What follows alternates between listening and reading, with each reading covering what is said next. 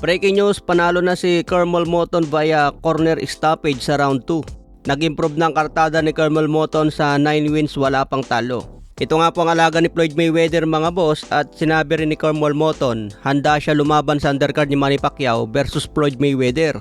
Gusto ni Kermel Moton, Pinoy daw ang makakalaban niya. Sino kayang pwede itapat kay Kermel Moton sa undercard ni Pacman? Hindi rin pwede si Casimero mga boss dahil hindi pa ata siya pwede pumunta sa Amerika. Pwede siguro si Kermel Moton kontra Mark Magsayo. Pero hindi rin pwede dahil pumirma na si Mark Magsayo under ng Zuffa Boxing.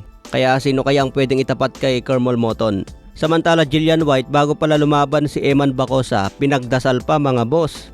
Bago sumampa ng ring si Eman, napayakap pa kay Dillian Whyte. Kaya maraming fans ang nagtatanong ngayon, silang dalawa na ba? Siyempre mga celebrity mga boss, punong-puno yan ng sekreto. Mabait naman yan si Eman mga boss at tingin ko nasa mabuting kamay si Dillian Whyte kung nagkataon. Saka iba ang mga boksingero mga boss, matitikas yan kumpara sa mga puro pakyut lang. Sinabi rin ni Eman na magsisinungaling daw siya sa kanyang sarili kung hindi siya inspirado kay Dillian Whyte.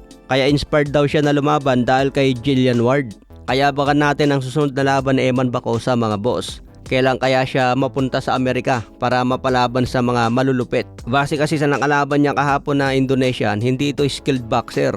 Kumbaga madali lang talaga ito talunin mga boss. Kaya inaabangan ng mga fans na mapalaban si Eman sa mga may skilled naman na boksingero. Siyempre darating din dyan si Eman mga boss, step by step lang. Lahat naman ng boksingero nagsisimula sa mga hindi pa ganun kalalakas. Si Eman nandun pa lang sa karera na nagbi-build up ng record. Kaya dapat subaybayan ang bawat laban ni Eman mga boss. Dahil labang tumatagal, palakas ng palakas ang mga kalaban niya.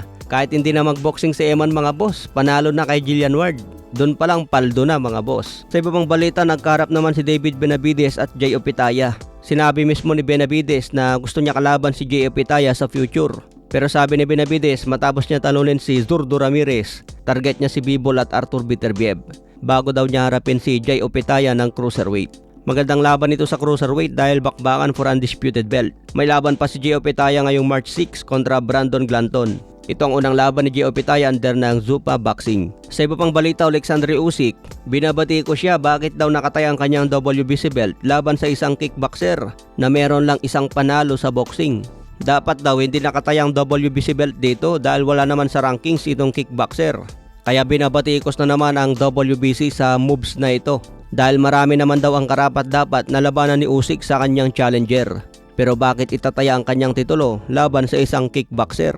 Kasado na nga po ang laban ni Usyk at gaganapin ito sa Pyramids of Giza sa Egypt. Malakas naman sa kickboxing itong si Rico Verhoeven, pero iba pa rin ang boxing lalo na isang Usyk ang kalaban. Okay mga boss, hanggang sa muli nating updates.